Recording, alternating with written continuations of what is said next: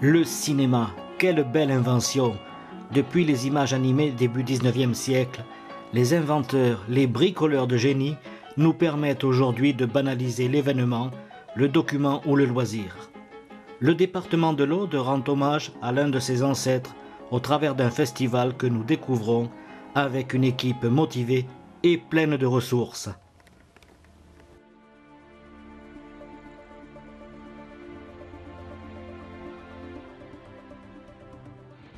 Festival Mirage qui a lieu tous les 2 ans à Port-la-Nouvelle. C'est un festival de rencontres vidéo qui est ouvert à tout public. L'entrée est libre et c'est grâce en partie à la municipalité de Port-la-Nouvelle que nous avons pu faire cette action. Le festival Mirage s'articule selon 3 parties. Une partie atelier avec les scolaires, ateliers vidéo, donc collégiens et primaires. Une partie concours avec des vidéos d'amateurs et de professionnels, enfin d'écoles de futurs cinéastes.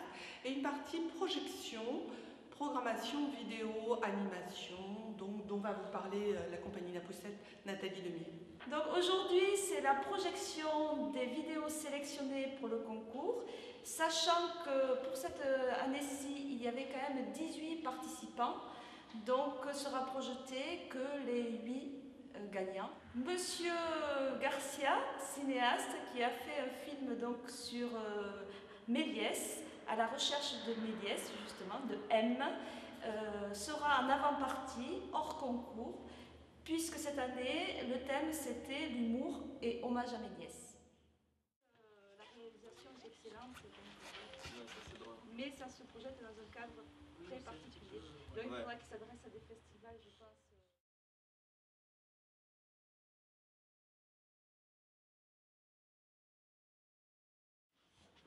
On est Camille et Charlotte et on a voulu vous présenter un film dans le concours. Vous participez au concours Mirage. Voilà. Quel est le titre de votre film? Il s'appelle Le Monstre Bouché. Vous l'avez réalisé toutes les deux ou avec davantage de... Toutes les deux. Vous connaissez Georges Méliès? Un peu. Un peu. Qu'est-ce qu'il représente pour vous ce personnage? C'est un peu une source d'inspiration ici.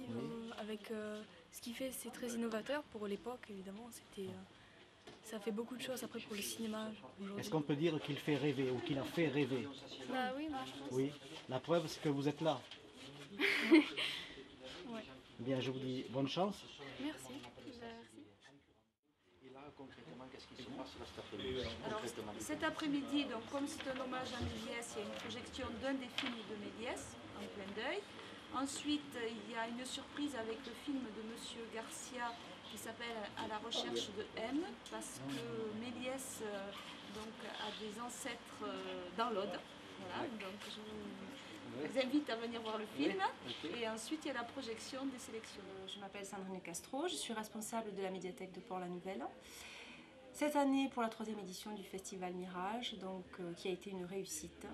Nous avons encore une fois été très heureux de participer au partenariat avec Nathalie Demier, la compagnie La Poussette, avec Jean-Luc Caparros qui est photographe professionnel. Et également avec les écoles cette année, c'est une nouveauté, c'est quelque chose qui me tenait vraiment à cœur, ces ateliers, pour 2 raisons. Déjà parce que je trouve qu'il est important de proposer aux enfants une éducation, quelque chose d'un peu plus pédagogique, une éducation à l'image, puisque c'est vrai que l'image inonde le quotidien des plus jeunes, sans que vraiment on ait les outils pour l'analyser, la décrypter. Et la regarder avec intelligence. Voilà, donc cette année, moi, ces ateliers me tenaient vraiment à cœur et je crois qu'ils ont été menés avec brio par Nathalie et Jean-Luc Caparros, par les enseignants qui ont joué le jeu vraiment d'une façon exceptionnelle, puisqu'ils ont préparé les enfants, etc. Donc on avait une classe de CM2 et une classe de 4e.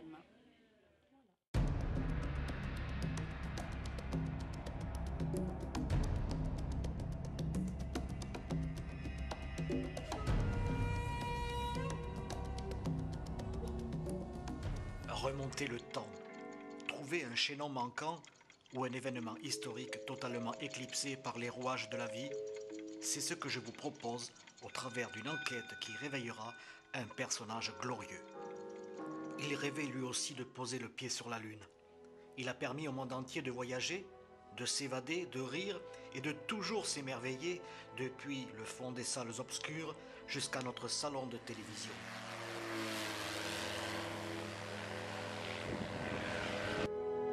Je survole cette région au pied des Pyrénées, c'est Chalabre précisément où l'on ira se poser et trouver peut-être un indice pour révéler l'esprit du personnage qui guidera mon chemin jusqu'à Paris.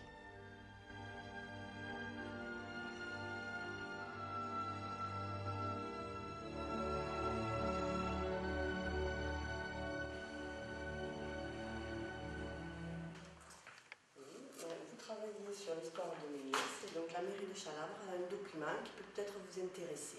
Méliès? Georges Méliès?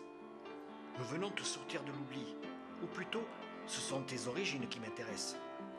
Ici, je trouve la trace écrite de ton grand-père, François Méliès, né à Chalabre, Aude, le 18 février 1784. Ça, c'est la côte du château. C'est dans cette rue où est née la famille Méliès. Effectivement. Alors, le numéro 16, c'est à ce numéro 16 que le grand-père de Georges Méliès est né, dans cette maison. Le propriétaire, c'est les Châtelains. Qui aujourd'hui pourrait se porter acquéreur d'un tel domaine? La municipalité, pour y faire éventuellement un petit musée ou une pièce de la mémoire. Et ne pensez-vous pas qu'une plaque commémorative serait un peu judicieuse à côté de ce numéro 16? Oui, c'est exact. On y a pensé. Quand on a fait le circuit de découverte de Chalabre, on voulait la mettre. Mais se pourrait-il encore que le nom de Méliès existe dans la contrée? Est-ce que vous connaissez une certaine Madame Méliès habitant à Chalabre? Ben, un petit peu, oui. Je la connais, elle habite à la Terre Blanche. Est-ce qu'il serait indiscret de vous demander votre âge, Madame Méliès? À moi? Oui. Je vais sur mes 80. Ce que je veux, c'est remonter toujours plus loin, en amont, comme si les montagnes cachaient un secret.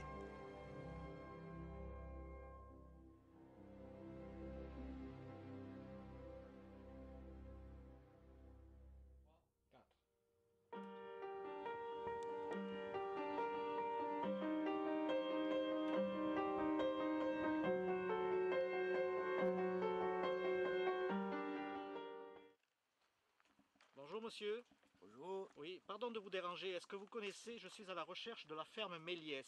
Est-ce que vous connaissez ce nom-là? Oui, je connais deux fermes Méliès. Il y en a une à 1 kilomètre sur la route de Chalabre, là, sur la droite. Puis il y en a une autre sur le col de Saint-Pierre. Vous avez la campagne Saint-Pierre en haut du col à droite. Et puis Méliès, un petit peu plus bas, sur la gauche. D'accord. Caché dans un vallon, voici donc le hameau Méliès. 3 corps de ferme et des granges attenantes. Et il y a 300 ans, des petits Méliès ont vécu ici. Mariage arrangé entre cousins, terres et fermages qui se sont transmis de génération en génération. Les Méliès viennent de plus loin encore, de l'époque phénicienne. Cultivateurs, ils ont su faire prospérer leur propre territoire et n'avaient besoin que d'échanges commerciaux lors des grandes foires mensuelles à Mirepoix ou Limoux. Il y a eu une famille Méliès qui a habité dans cette ferme pendant des années, donc la ferme est sur la commune de Pommy.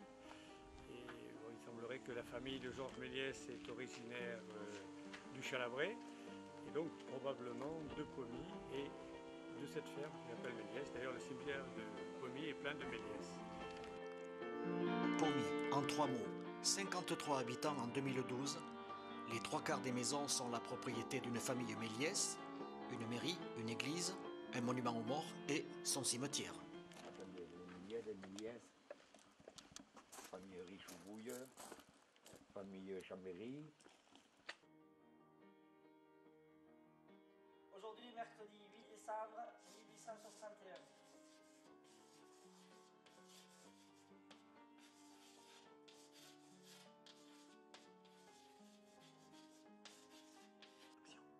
Quel personnage célèbre est donc né à cette date? Napoléon? Mais non! Georges Méliès! Georges Méliès est le père du vrai cinéma, celui de la magie, de l'illusion, du rêve.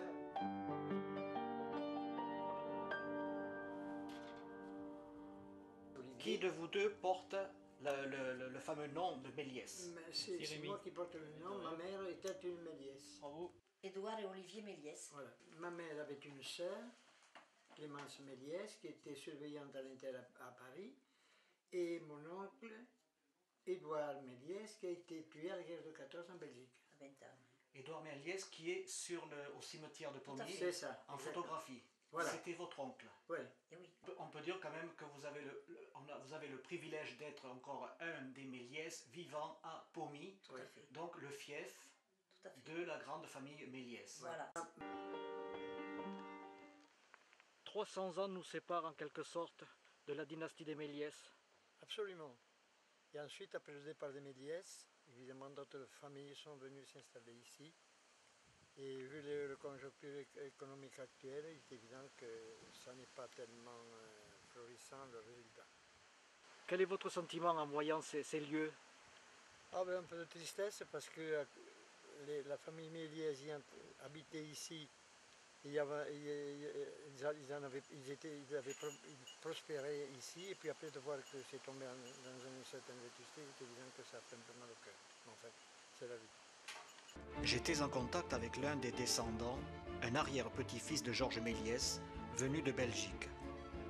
Découverte entre cousins lointains qui portent le nom de Méliès, dissimulés sous leur état civil qui ne permet pas d'afficher toutes ces filiations. Il faut d'avoir des faits précis. Ah, ça d'accord.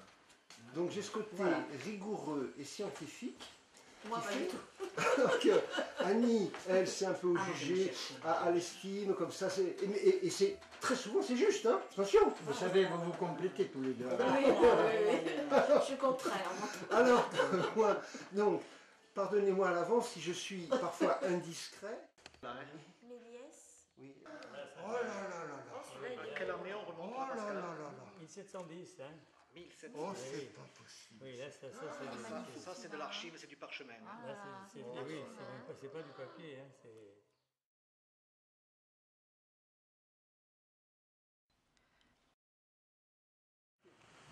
Tout ce que j'ai appris, grâce à vous, tout ce que vous avez fait pour... Oh, c'est merveilleux. On nous a montré les registres d'état civil de 1703. C'est bourré de Méliès dedans. C'est dans le sac. Vous les avez... Oui, je les ai. J'ai tout ce qu'il faut. Mais c'est une mine d'or, Josiane. Je vous ai fait une copie. Donc, je vous ai fait un disque de l'état civil, enfin, des registres paroissiaux et les tables décennales. La petite côte du château. Petit pas. Alors,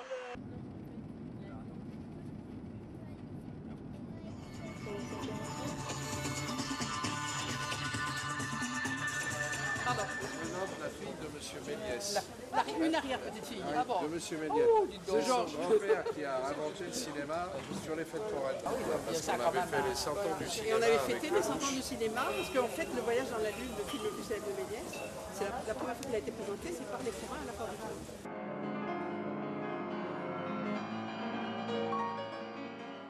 Je suis partie en 1948, je suis partie en Suède, Norvège, Danemark. J'étais invitée par l'Institut français pour présenter les films de Méliès. J'ai fait toute l'Europe, je suis allée 5 fois aux États-Unis, 2 fois au Canada, Argentine, Brésil, Uruguay, l'Iran, la Turquie, bref. J'ai fait du cinéma ambulant. C'est-à-dire que j'arrivais dans un lieu qu'il fallait organiser. Il y a des endroits où j'avais pas de micro, il y a des endroits où j'arrivais avec mon pianiste, il n'y avait pas de piano. Il y a des endroits où j'étais sans pianiste avec un magnétophone pour faire une musique d'ambiance, une musique de fond. Je me suis retrouvée au Soudan où j'ai fait une projection à minuit parce qu'il faisait trop chaud dans la journée au bord de la piscine de l'hôtel Méridien. Je me suis retrouvée au Rwanda où j'étais hébergée chez des religieuses, où j'ai fait des projections à l'école militaire. Vraiment, je suis devenue une foraine et conseillère ambulante.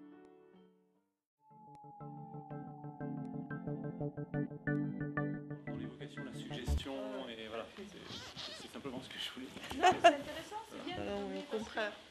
Moi, j'ai compris ce film, mais par exemple, dans les membres du jury, il y a quelqu'un qui n'a pas du tout accroché et voilà, qui s'est posé des questions par rapport à tout ça. Et c'est vrai que c'est bien de préciser.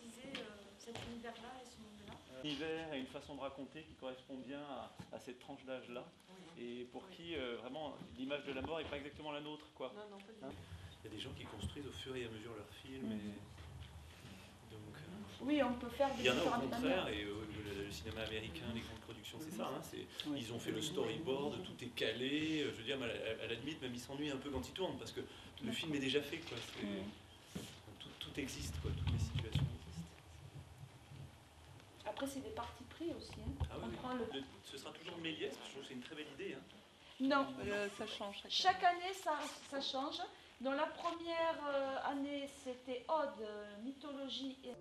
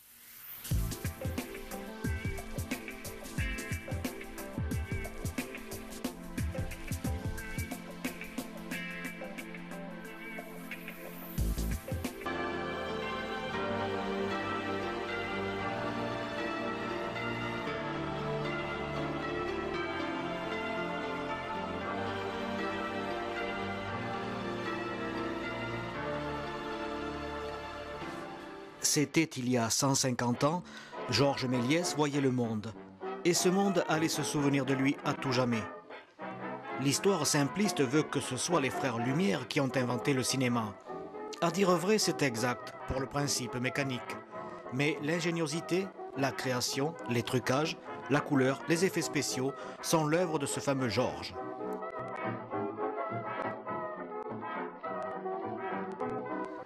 C'est ici, en terre audoise et chalabre, qu'est né son arrière-grand-père, François Méliès, puis son père François Stanislas à Lavelanet.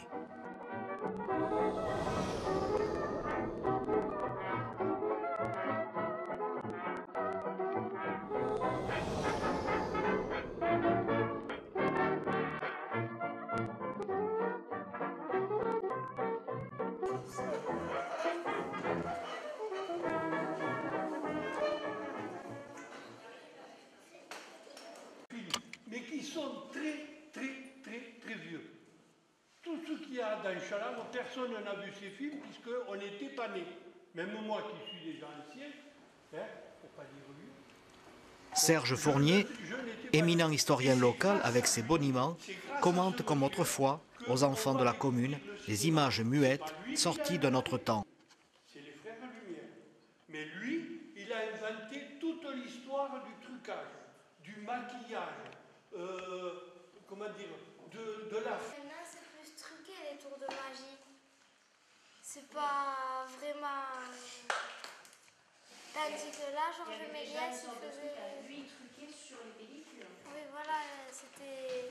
C'est pas comme maintenant.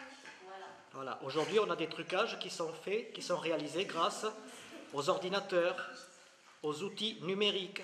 Mais à l'époque, Méliès, ça n'existait pas. Donc, il faisait les trucages en arrêtant la caméra et ensuite en reprenant au même endroit.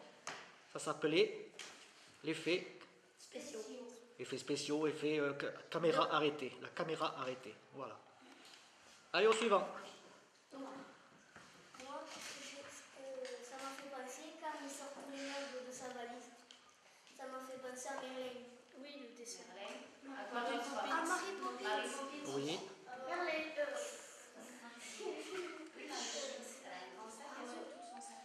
Et Mimi Mati, ça vous fait pas penser à Mimi Mati, son sac magique? Eh oui. Eh oui, l'ange gardien, voilà. C'est de la copie.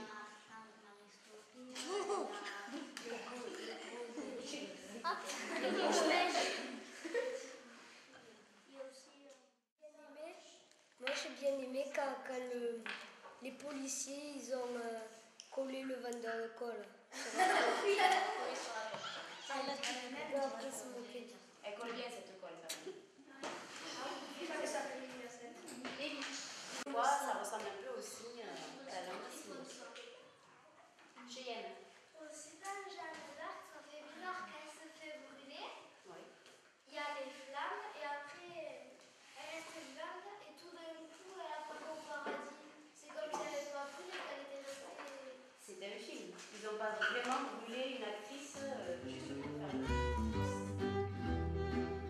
Aujourd'hui, grâce aux innombrables amoureux du 7e art et des collectionneurs donateurs, l'œuvre de Méliès ressuscite. Et c'est dans les yeux pétillants des enfants habitués pourtant aux technologies modernes que la féerie perdure et se poursuivra.